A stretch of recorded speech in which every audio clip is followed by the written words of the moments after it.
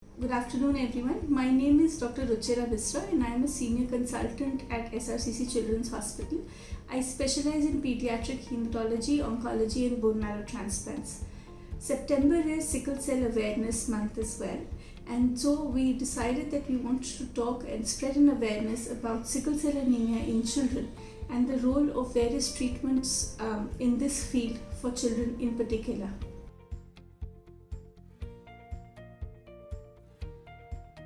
Sickle cell anemia is a blood disorder in which the cells that carry your hemoglobin or your oxygen to different parts of the body, the red blood cells, they lose their characteristic round shape whenever there is any period of stress or illness, and they form a shape called like a sickle or a hasia in Hindi, which we call, and this increases their stickiness and does not allow blood to flow properly to different parts of the body, leading to various complications and symptoms. So this deformity of the red blood cells, the characteristic shape, is known as sickle cell anemia. It is an inherited disorder, which means that the defect, the genetic change will happen in the parents, and when both the parents carry the defective genes, they will then transmit it to their offspring, and the offspring can then get the disease itself. The parents will remain disease free because they carry only one defective gene. It's only when both the defective genes are present in a person that that person will get the disease or sickle cell anemia and manifest with different symptoms of it.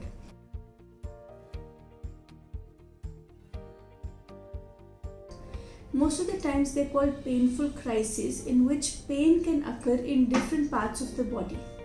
It can be in any part of the body, usually will be in fingers, in toes, but can also be in your chest or can manifest as headaches, dizziness, pallor. That means you feel very low, tired, can have giddiness.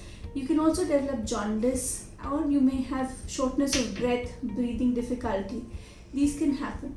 Some children may actually also have strokes because there's blood flow to the brain gets hampered, and in these patients you can have weakness in any part of the body, tingling or numbness, seizures can happen, and those can be more catastrophic events.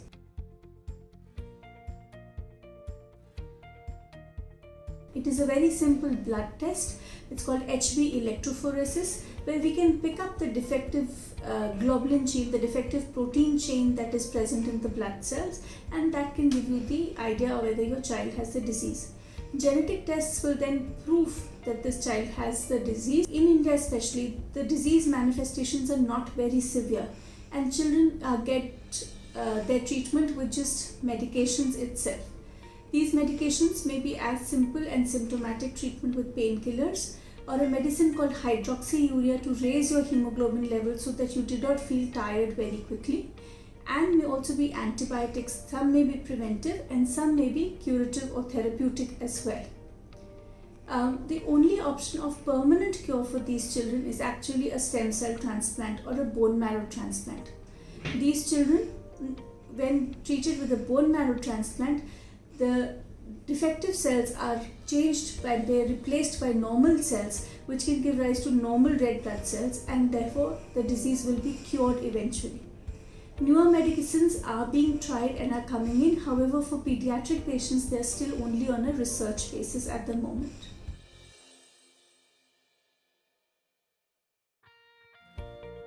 There are a few do's and don'ts when you think about sickle cell anemia. The first and most important is that do not ignore any of your symptoms. If you have any pain or painful crisis, and if this persists for more than a couple of days, please consult your doctor, because this can actually become more severe.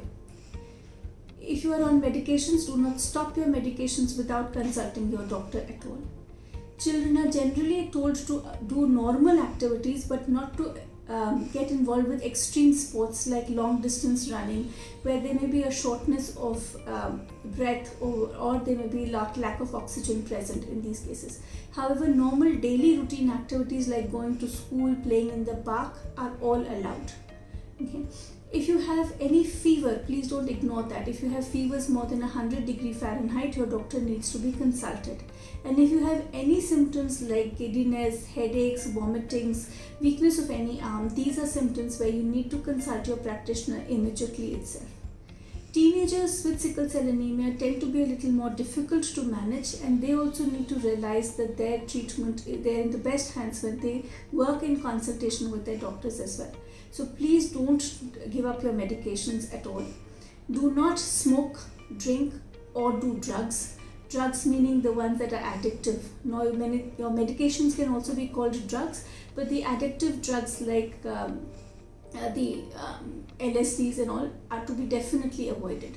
Consider bone marrow transplant as an option, especially if you've had needed multiple hospitalizations. And in case you want to discuss more about bone marrow transplants, please feel free to visit us at SRCC Children's Hospital, which is managed by Narayana Health and is present at Haji Ali. You can come in on any OPD visit and we can discuss more about bone marrow transplants for our patients. Any queries can also be handled by our help desk, and we are all out there to help you deal with this.